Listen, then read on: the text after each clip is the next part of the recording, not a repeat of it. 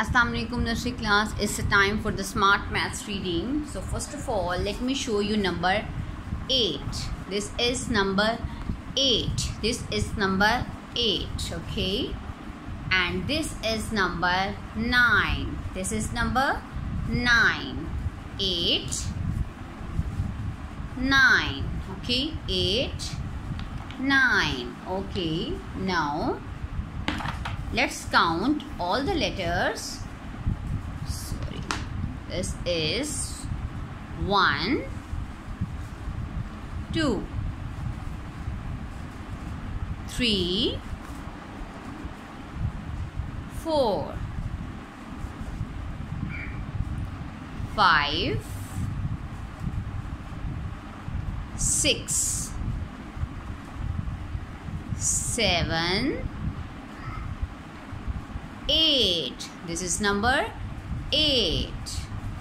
After that, number 9. Okay, 1, 2, 3, 4, 5, 6, 7, 8, 9. Okay, now open your book, Smart Maths, page number 13.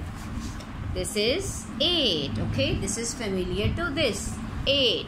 Okay, 8. Now see what is in the picture. Yes, goats. What is in the picture?